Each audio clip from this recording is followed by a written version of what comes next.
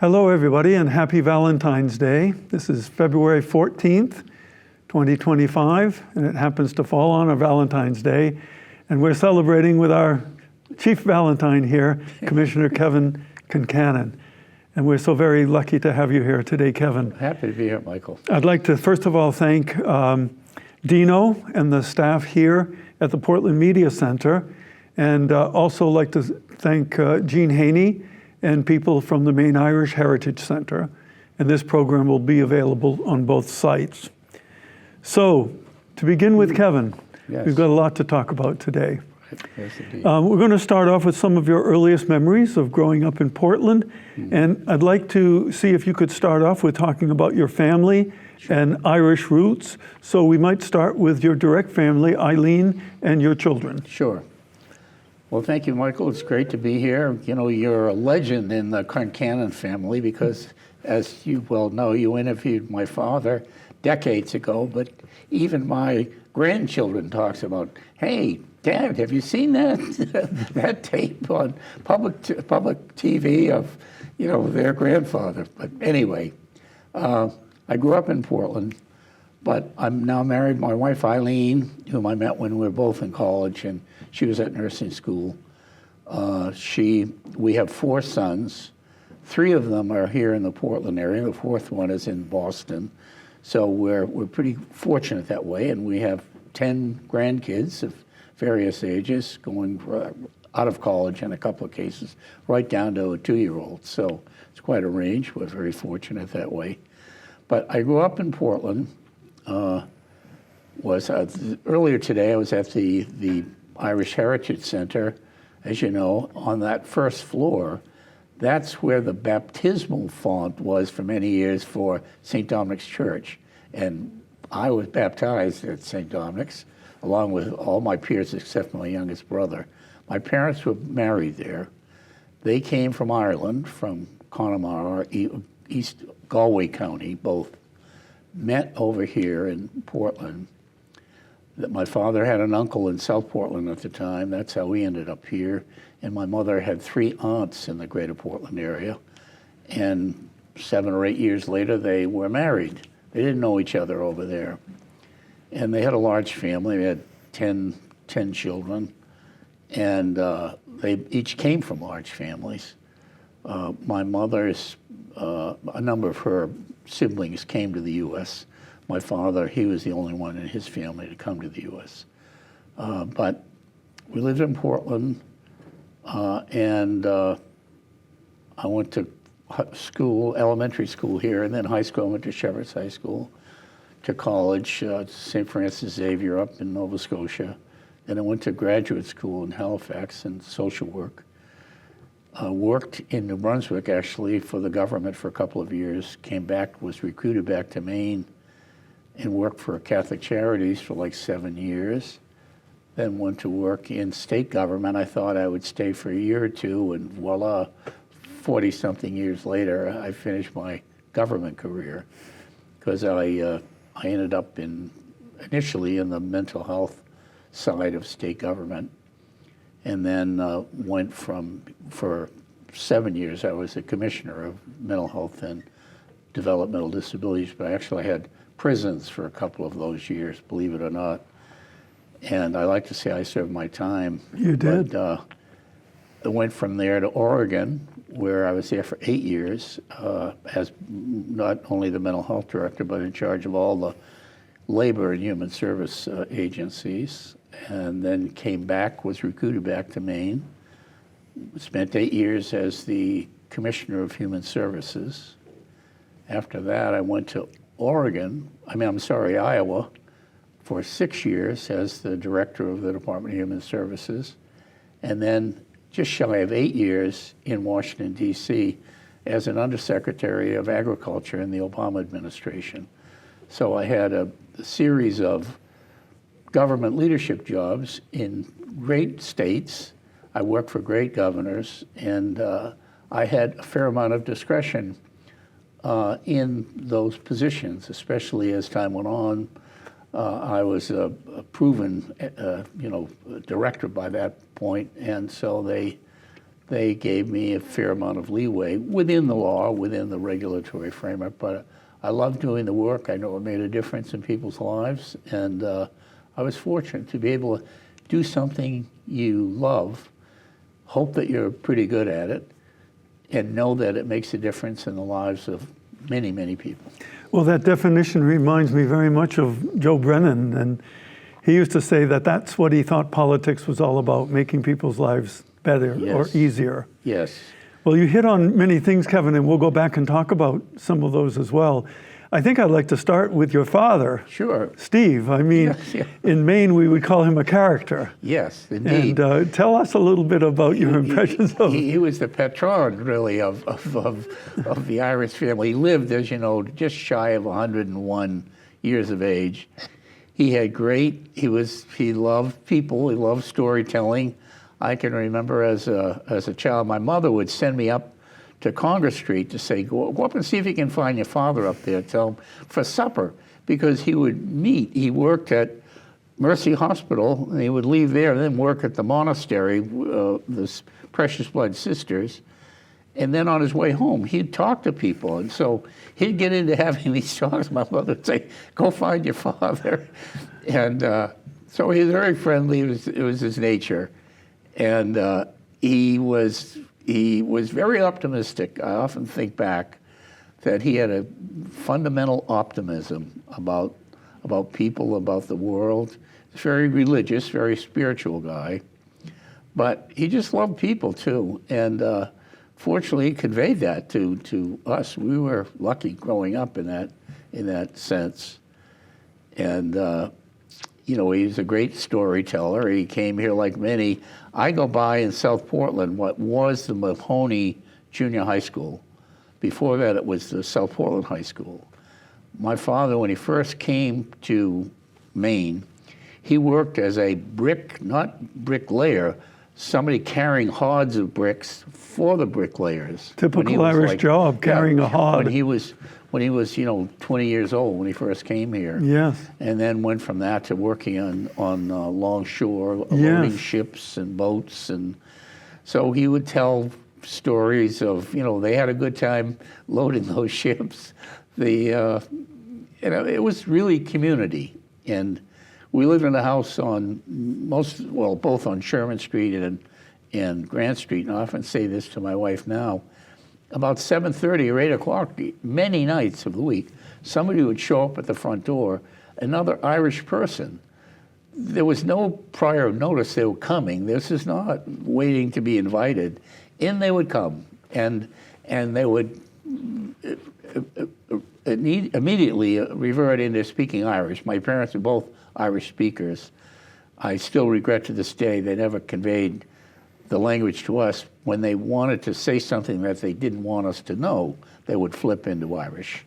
And that was so typical. Yeah. And the feeling that you have of not having the Irish language is very common in second-generation Irish. I really regret it, because they came from, as you know, that area of Ireland still maintains the strongest language engagement that way. But I'm lucky that way too, Kevin, in that my people are from out further than yours, out in Carna. Okay. But in that area, Calafinish and Weenish, they still speak Irish at home. Yeah. And the children still speak Irish. So I'm just lucky that I'm able to go back there and see that. Yeah. Oh, no, it's a beautiful language. And I know we still have cousins that are there in my father's village, that during the summers they have students from other parts of Ireland that come to spend like a month there on Irish immersion, in effect. It's a great way for the local people to make a little bit of money. And of course they have to house them and feed them. Right. So there's a lot of work. Right. But it puts a little money into their pockets. It does. It does. Now, I seem to remember about your dad that he was considering the seminary at one point. He was. He joined he went off to the Holy Cross Fathers out at Notre Dame, and he was out there, I think, for 3 years. So he worked in the fields, and he was interested in being a brother, being a Notre Dame brother or a Holy Cross brother. but he came back anyway, and he ended up getting married and having a family, and we're the better off for it. What can you say? Yeah, He met a Feeney. Yeah, And we're glad he made that decision. Yeah. his nickname was the Monk. Yes, exactly. Because I think he was always fairly religious, very, very committed to, not in a harsh way, but in a kind way, but deeply spiritual that way. Now, Kevin, as you know, many of the Irish in Portland come from that exact same area Yeah. that your people and my people come from. We talked about your dad. He was from Furbo, Spittle, Yes. and your mom, Lochambeg. Lahambeg, yes. Yeah. Right, just the other side of the Now, have you village been of over Spittle. there yourself, and what are your impressions of those? I have. And in both places, I went to my father's home, the little village. He would talk about his village. And to me, the visual I had in my own mind was like Gray, Maine. It would be like a village like that. But in fact, the village was really just a little road of maybe 15 or 18 houses that went from the highway all the way up into the higher ground where there were bogs up there where they dug peat.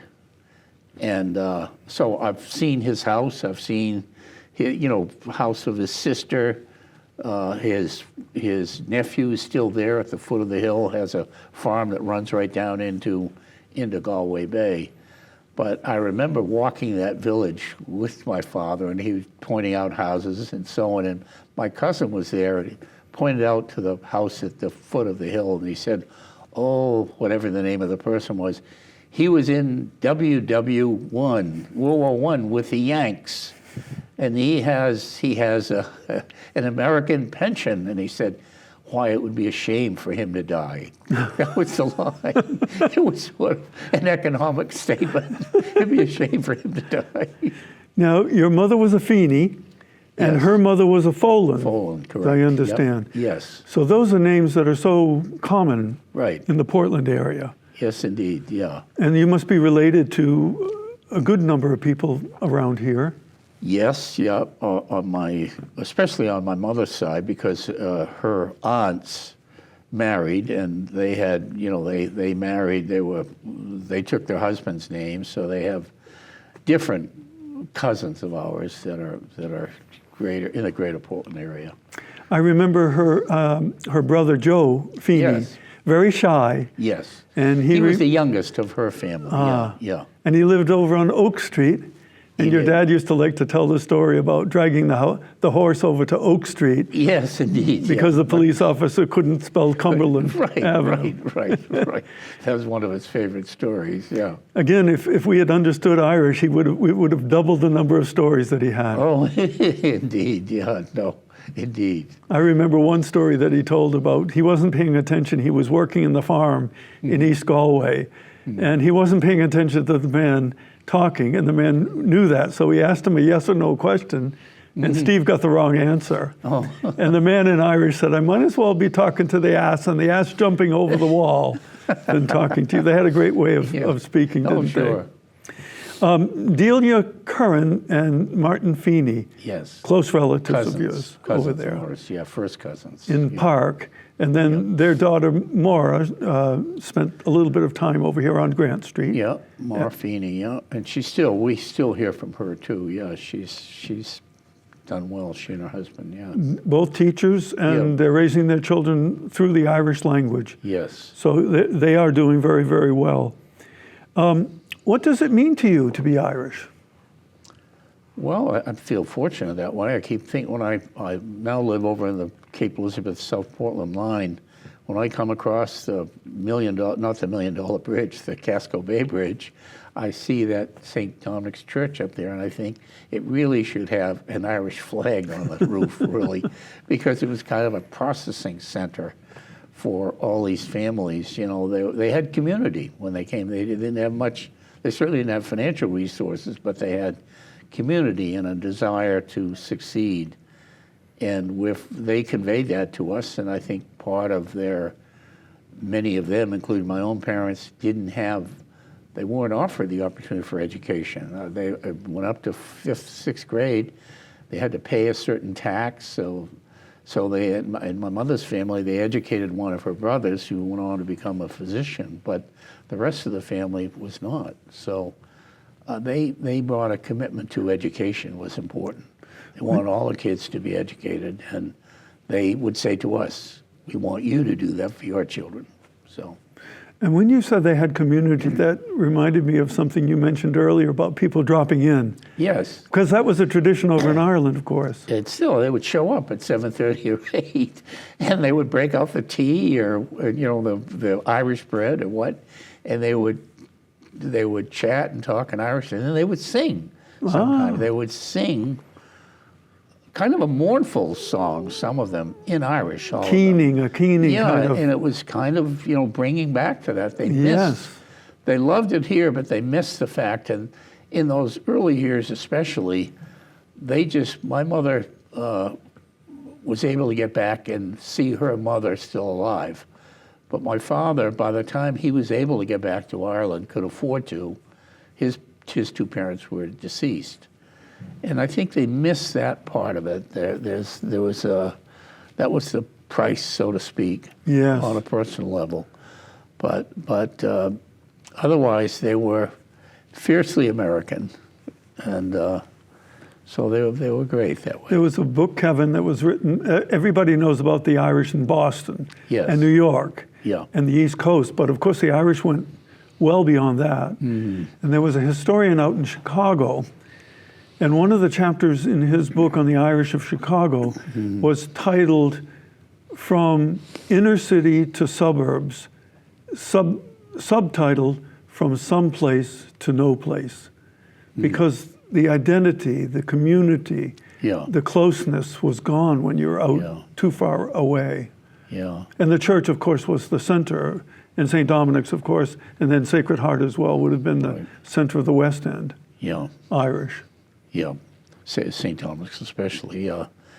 And it's interesting you say that, because when I was in Iowa, of course, Iowa was, in the 19th century, all of these 150-acre plots were given to people they wanted, and it's very fertile land.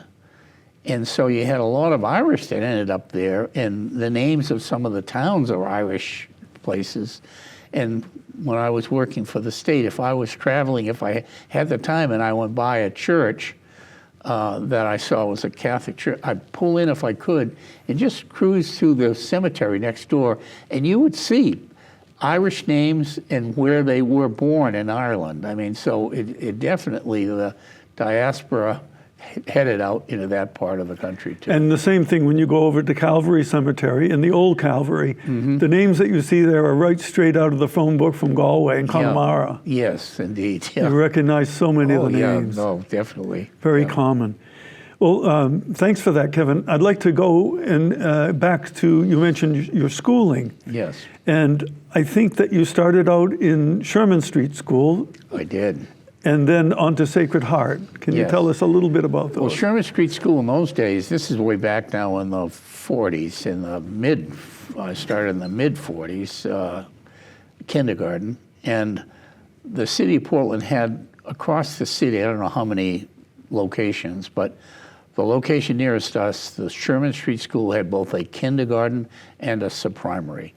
And then after that, you either went to Butler School or public school or Sacred Heart, or you'd go elsewhere. But the first 2 years were there. Well, we lived right across the street from that. And it was a lovely school, lovely experience. It was very positive. You started the day singing about the sun or the birds, or, it was really a wonderful preschool.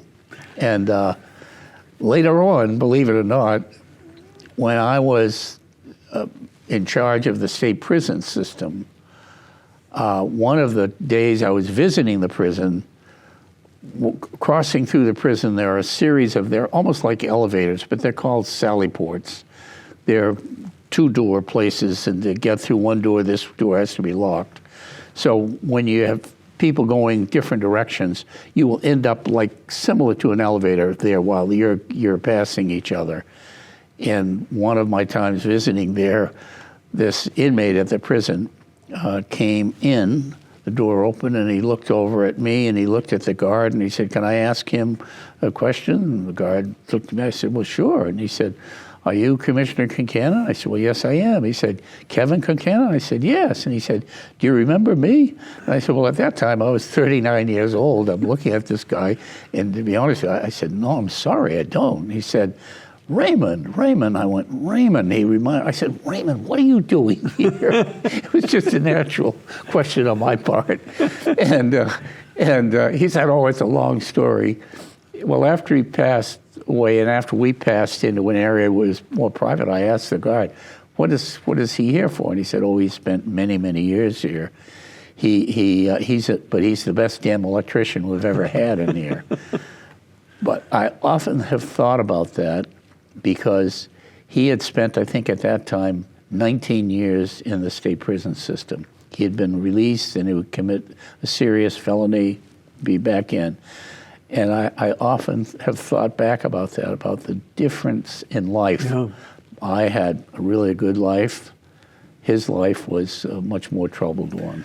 You probably familiar with Shawshank Redemption, Yes, the movie, and then yeah. at one point Red is out, and he's probably in Portland, and he's contemplating what he can do to get back in the prison. Yeah, right. Because he's been acculturated to the prison lifestyle. Yeah.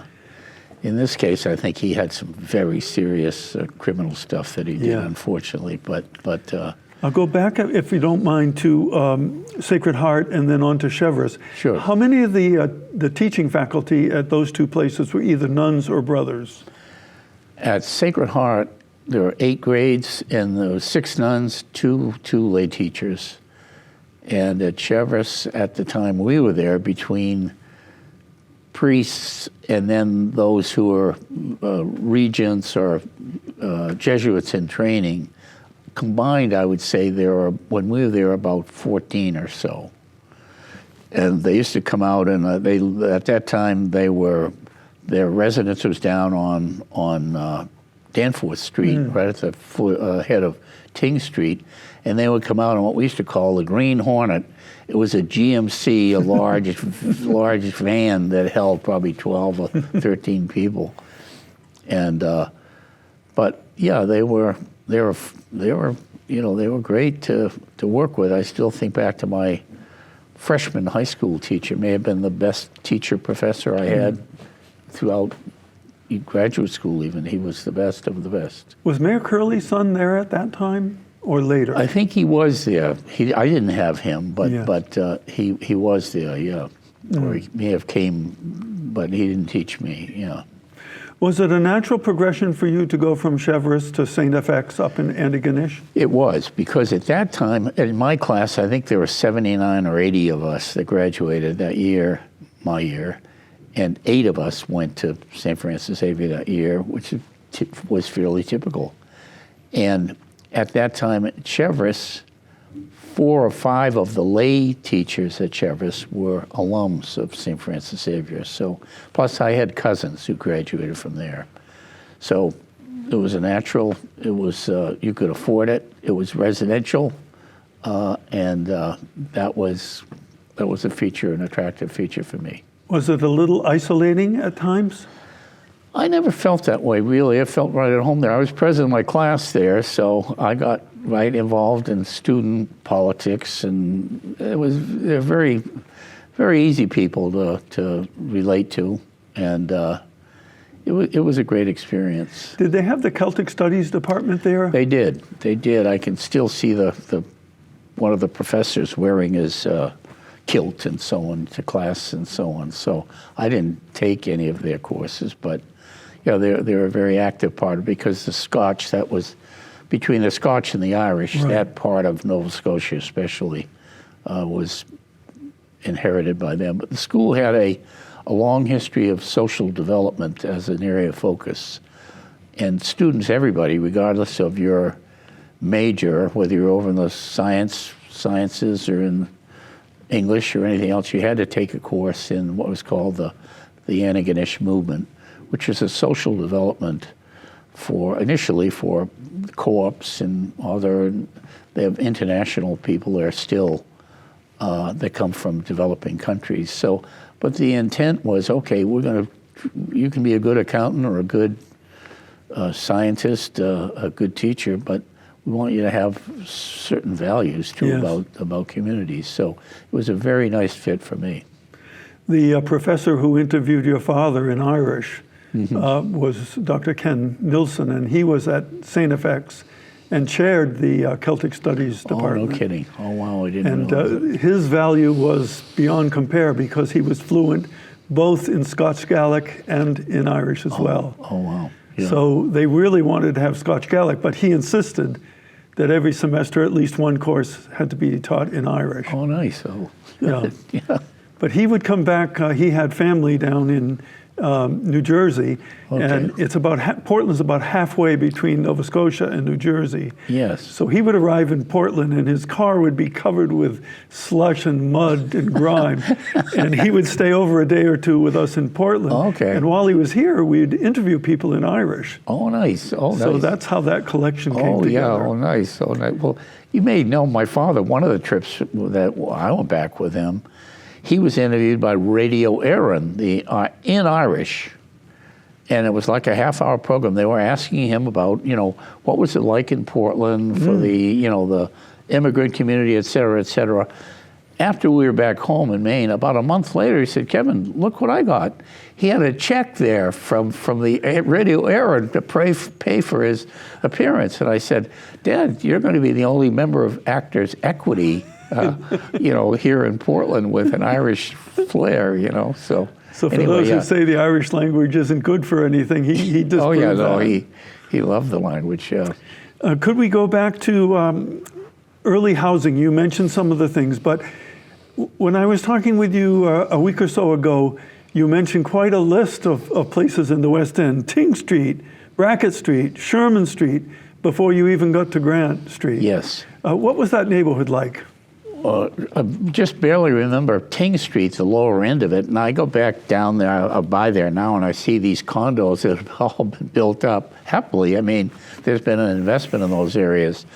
But we moved over to Brackett Street in 1944, so I was still 4 or 5 years old, just going up 5, and we were there just for a couple of years in a duplex, and then we moved to Sherman Street, where they bought a 2-family house, rented one floor, and it was very pleasant. That was right across from the Sherman Street School, right up within probably a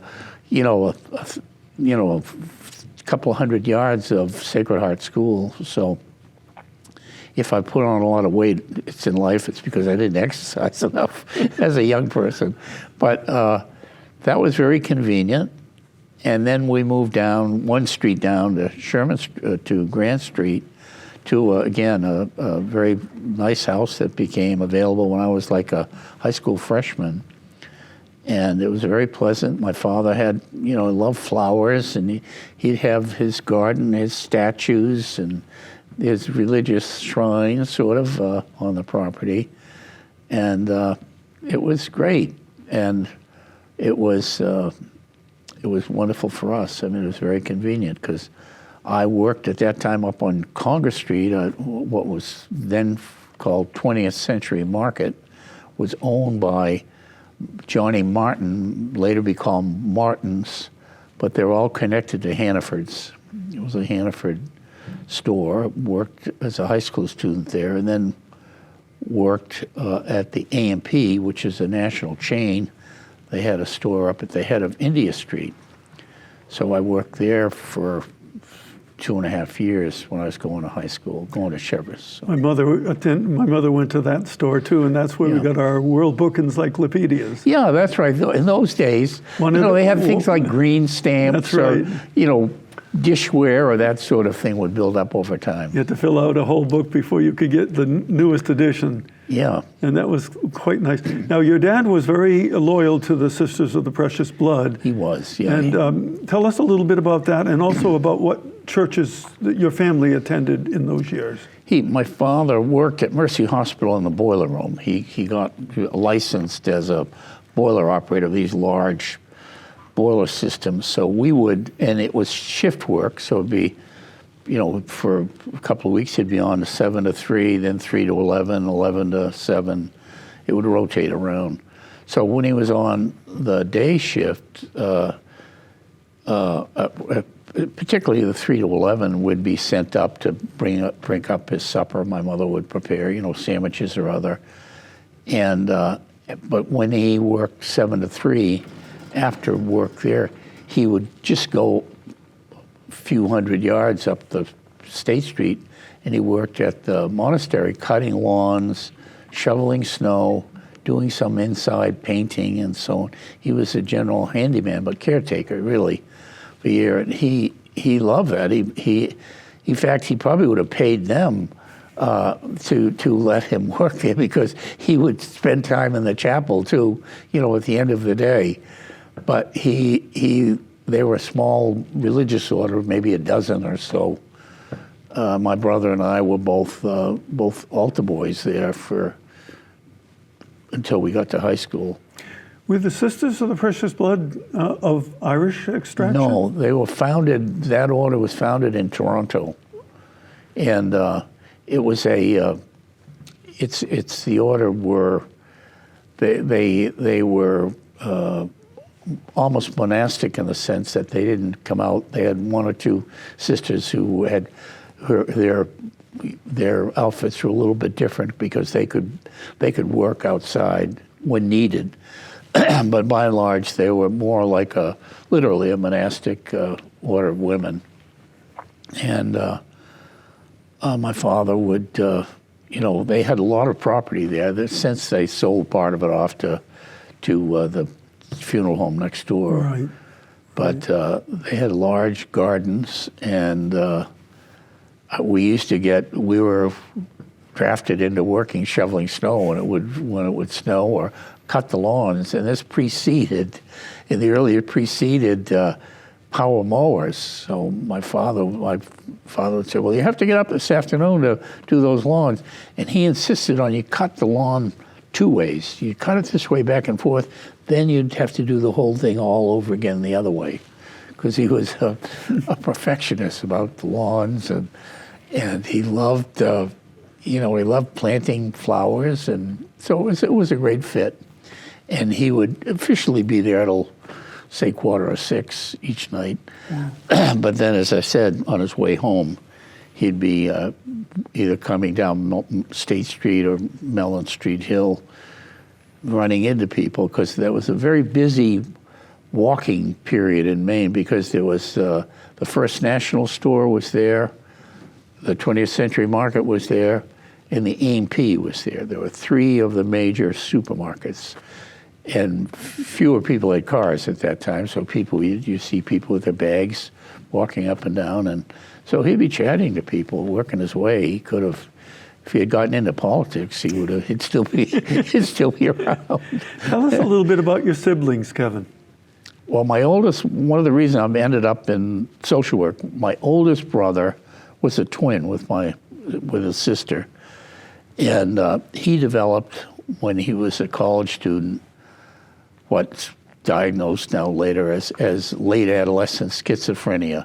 He was sent home from college saying he's got serious mental health issues. My parents went through a very tough period trying to get him treatment, off in Boston, different hospitals, and nothing seemed to work. They tried all kinds of approaches with him, but fortunately he got drafted. He ended up in the Army, and he received a medical discharge after he was in there, while he was at training down in Texas, because he was hearing voices at night and so on. And it was the most fortunate thing in retrospect, because when he came back to Maine, he was treated at the VA hospital near Augusta.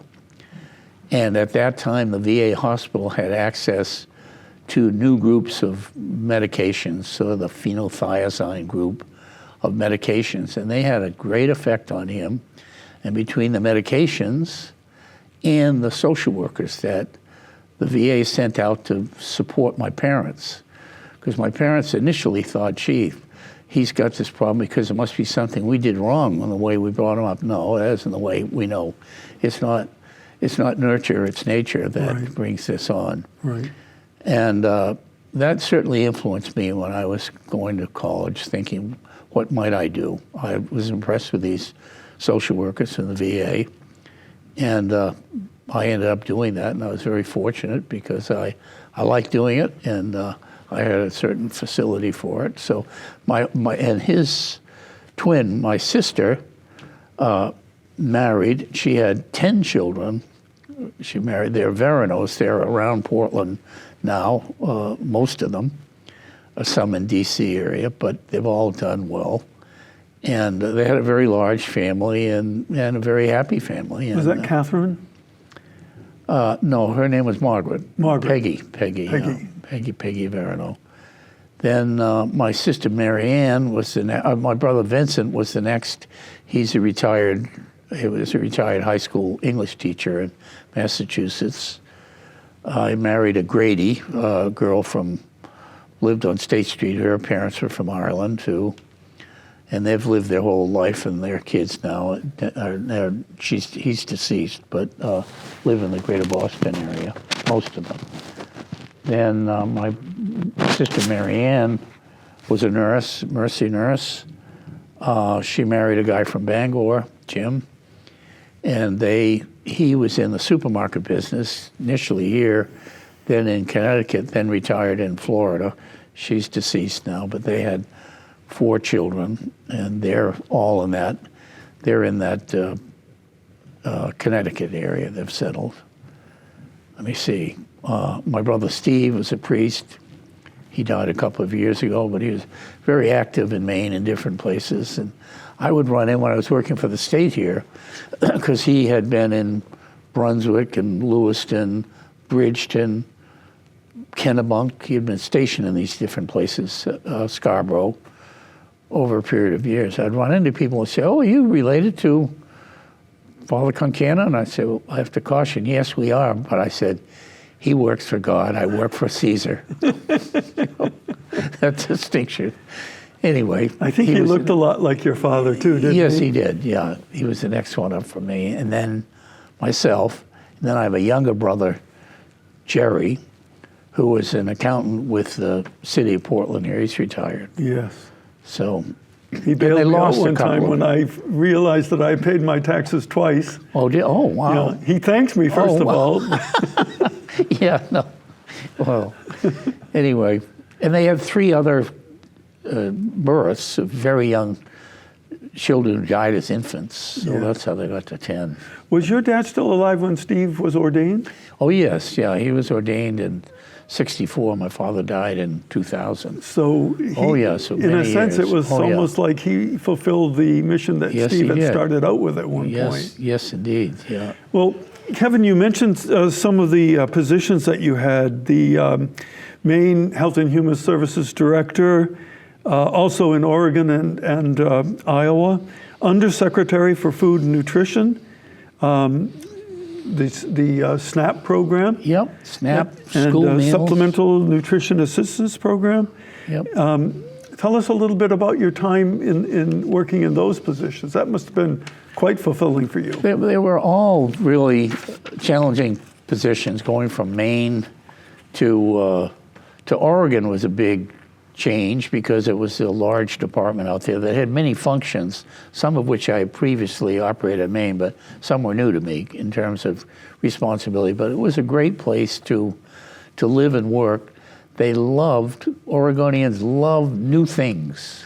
So whereas we'd be more cautious back east in trying things, there they would say, well, let's do it. And so it was innovating, energizing, I should say, not innovating, energizing to say, let's try some of these things. And I worked for 2 governors there that were very supportive. So I was fortunate that. Then I came back, I was called back when Angus King was elected. I got this call and they said, one of my sons said, or my secretary said, there's an Angus King on the phone. And I was vaguely aware of the election back here, but I hadn't paid a lot of direct attention to it.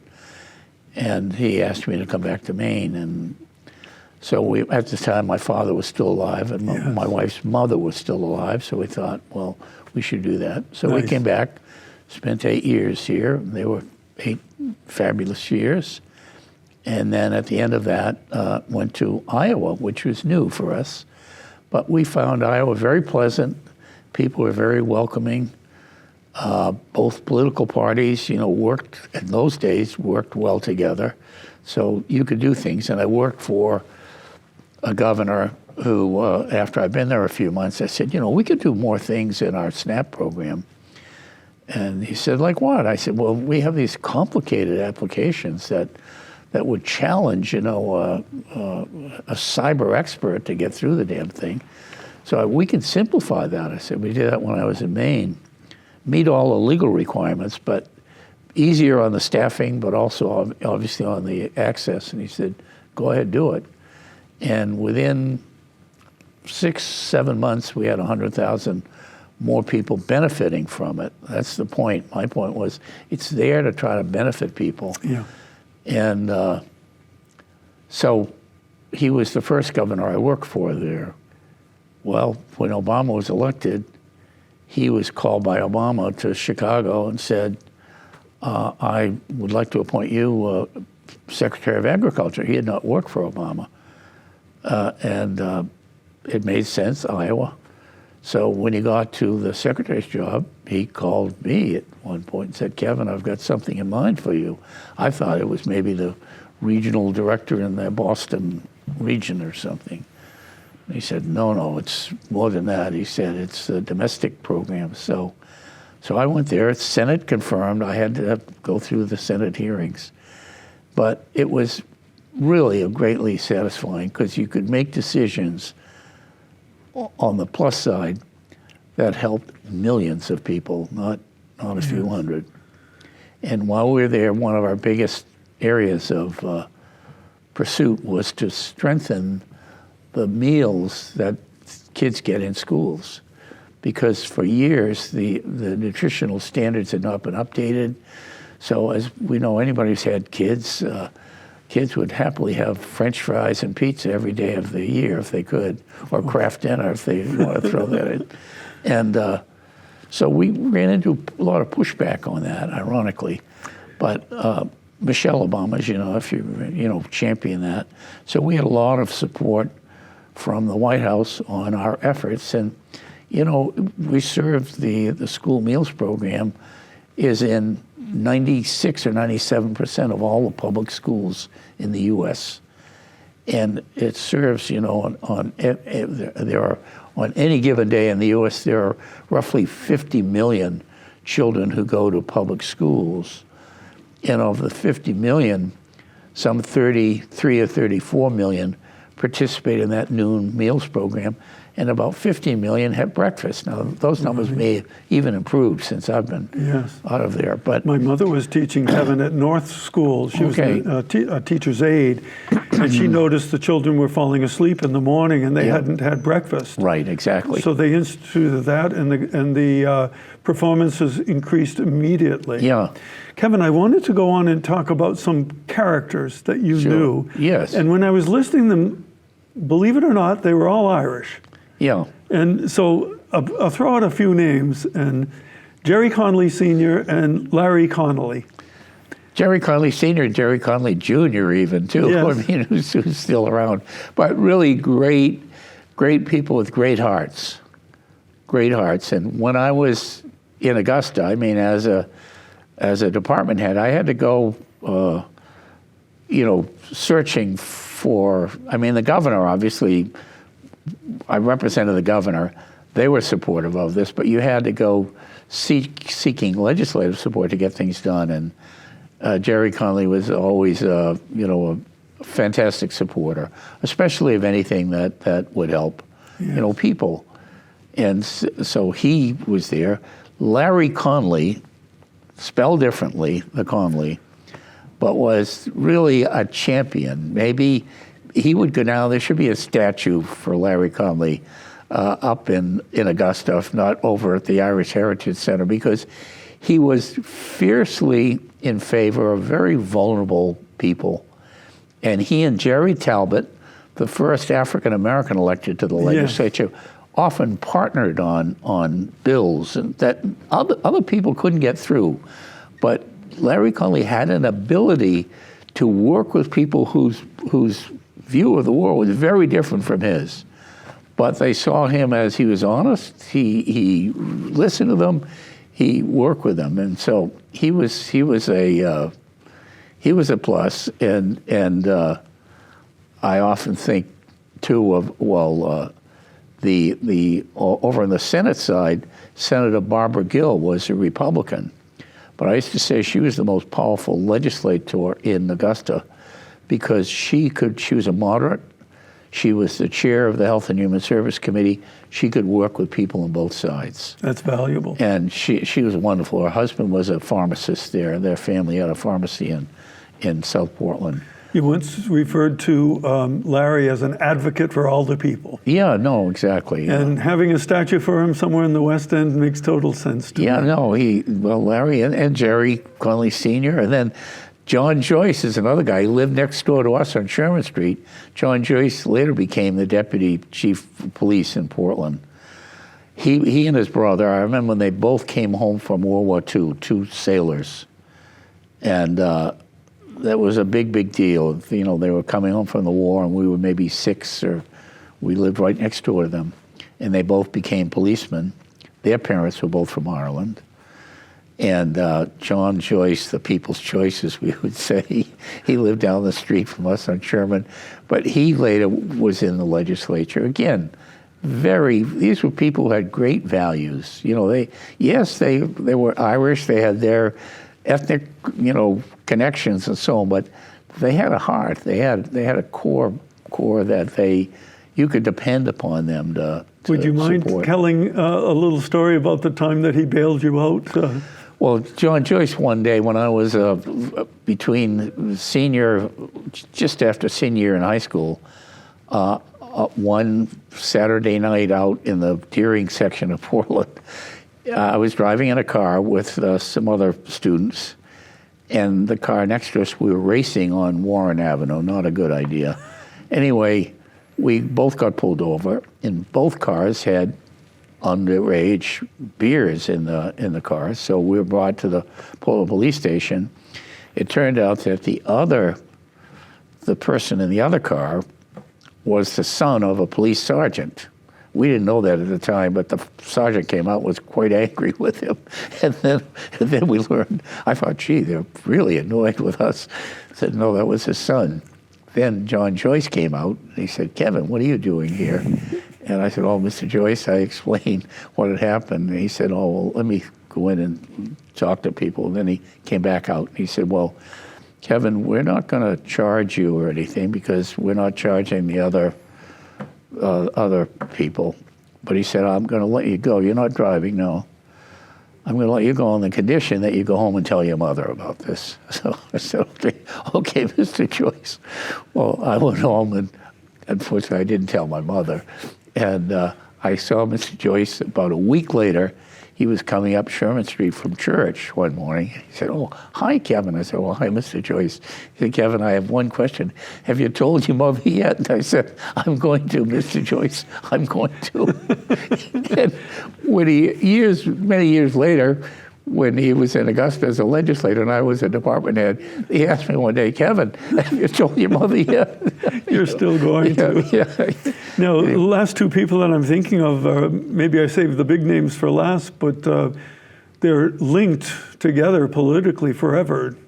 George Mitchell and Joe Brennan. Yeah, both of them, both great people. Well, Joe Brennan especially. I often say I don't think Joe Brennan gets recognized for this truly the civil rights commitments that he made. He had Dave Flanagan as his legal counsel at the time, but he had been as you know, the Attorney General. And Maine was sued at the Pineland Center for really inadequate care. Now that wasn't unique to Maine. States across the country were sued at that time in the 70s and 80s. The difference was in Maine, Brennan was the Attorney General. He went with his people examine the situation at Pineland, talk to people in our department, because at that time, I was in the Bureau of Mental Retardation Division. And he came and he spoke to Governor Longley and said, we should settle this suit. Because many states, Massachusetts, New York, Alabama, and other states have spent millions and millions just fighting the suit. Instead of fixing it, they're spending the money litigating.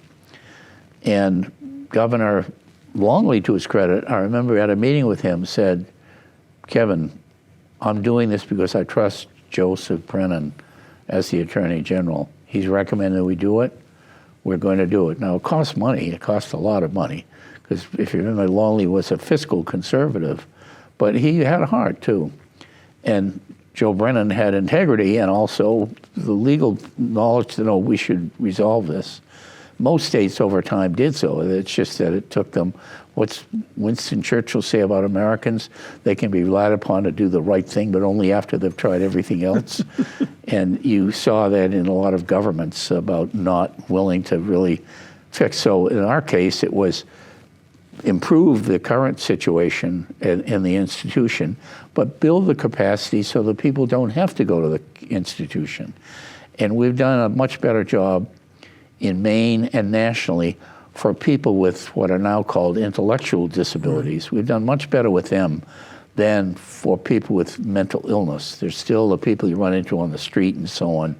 There are people with serious mental illness, and the country has never tackled that in the same way as intellectual disabilities. So early in one of your jobs, you were tossed into a kerfuffle at the Maine State Prison. What was that like for you? I was. Well, that was when I got appointed by Governor Brennan, literally the night he said, are you still interested in, because we had an acting commissioner, I was, the next level down. He said, I want you to read this. You have a copy of it now. I have a copy of it. The chief of the state police has a copy of it.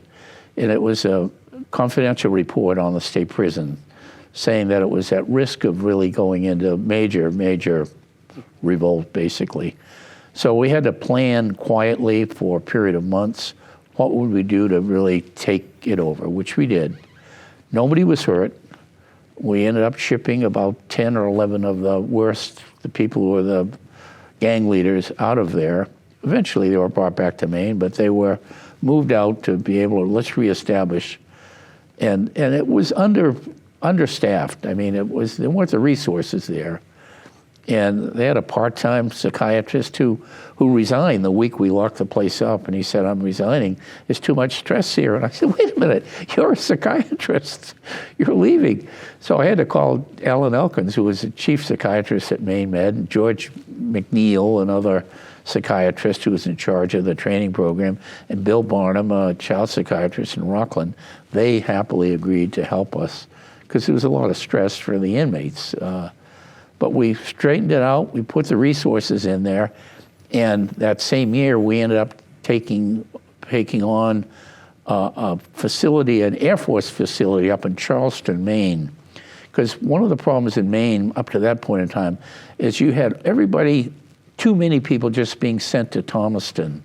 So you had very serious criminal behaviors, but you had other people who had maybe, embezzled money or other things. That was incorrect, it's wrong, but they didn't belong mixed in with some of the same. So we didn't have the ability to separate.